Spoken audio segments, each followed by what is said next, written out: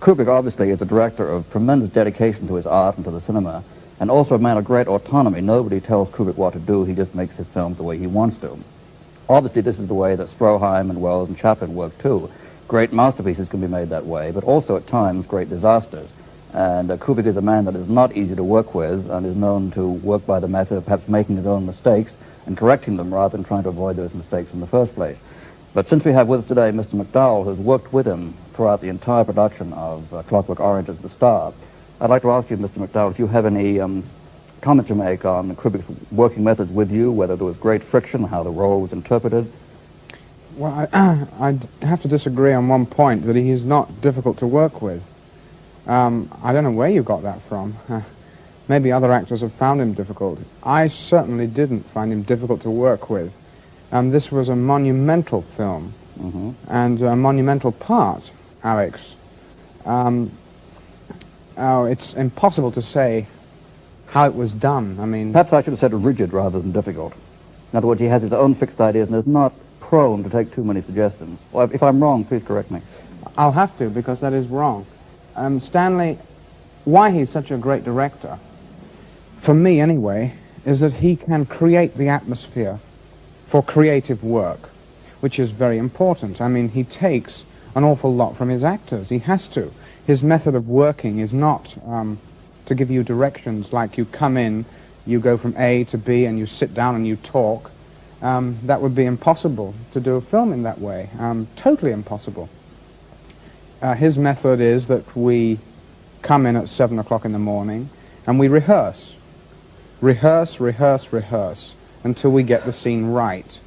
And by saying rehearse, I mean that everybody is there to throw in ideas.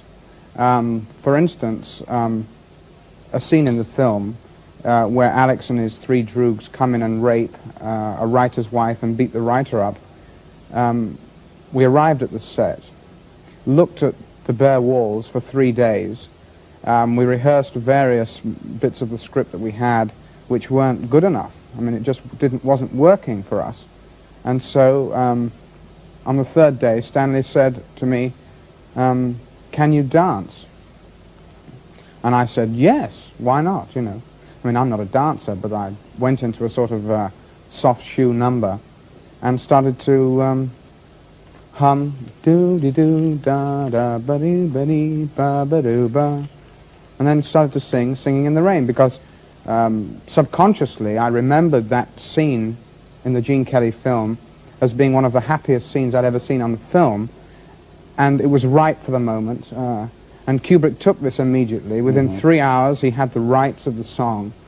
So, I mean, he's not rigid in any sense. He's very elastic when he's working. And he may be rigid afterwards or before on the technical side of the filming and on the distribution and the advertising, etc. But certainly when he's working in a creative way, I mean, that's when you're actually making the film, and that's the only important thing. You know, I mean, it's no good having a great distribution setup if you've got no film. Of course. And he certainly is, he's not rigid. Well, I'm glad to be so informed. A Clockwork Orange borrows dozens of foreign words to form its own slang. Malchik, boy. Chelovek, fellow. And Petitsa, bird in the sense of a girl, a chick, are all straight from the Russian. Anthony Burgess, a Joyce scholar, gives other Russian words a Joycean twist into English. Odinok, lonesome, becomes Odinoki. Militia becomes Millicent, policeman. Korosho is spoken as horror show, meaning good. The past tense ending makes an English word of the Russian for drink. Kishka is pluralized to mean guts. And the Korova milk bar, while Alex and his droogs plan their mayhem, is aptly named for the Russian for cow. Like the Teddy Boys who flourished when Mr. Burgess wrote his novel, the Cheloveks of Clockwork Orange treat their own mother tongue endearingly. Egg-wag, appy polylogy for apology, P&M for pa and ma. For the most part, the film is shot on location. It uses perhaps bizarre landscape settings and modernistic buildings, but he does use actual existing locations, and he creates with these very real buildings a nightmare world all his own. I think the only bizarre set sort of specifically built for the film is the opening scene, the opening set of the very erotic or exotic night milk bar at the very beginning. Am I right in that? Is that the only sort of unusual outre set that they built for the film? Yes. In fact, we only built, I think it was 3 sets in all. The Korova milk bar, the one that you mentioned, a passageway, and the prison check-in. That was the only 3 sets that were built. The Korova, I think he got the idea for the statues. He saw an exhibition of, forgotten the sculptor's name, but he saw an exhibition in London of these sculptors, and he decided to use that. And since he's telling his own story, it's very difficult to know just what what sort of character he really is. He's more of a symbol than an individual. It must have been very difficult for you to interpret that part.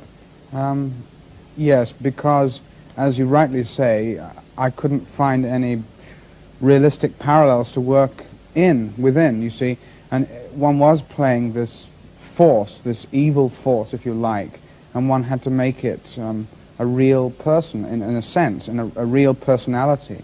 And I did find that difficult at the beginning, but then it just Bog and his holy angels in heaven sent me the answer. I don't know how it happened. It just evolved, you know. I mean, the first day was terrifying, absolutely nightmarish.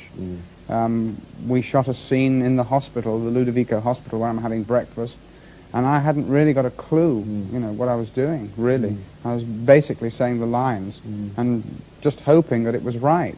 And when we saw the rushes the next evening, Stanley said, you know, that's right, that's, we've got it, you know, that's it.